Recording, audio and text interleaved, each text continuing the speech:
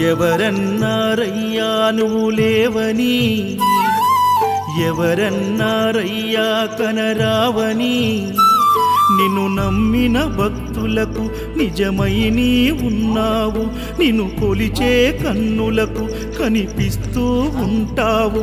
ఎవరేమన్నా అనుకున్నా నిన్ను మరవనయ్యా.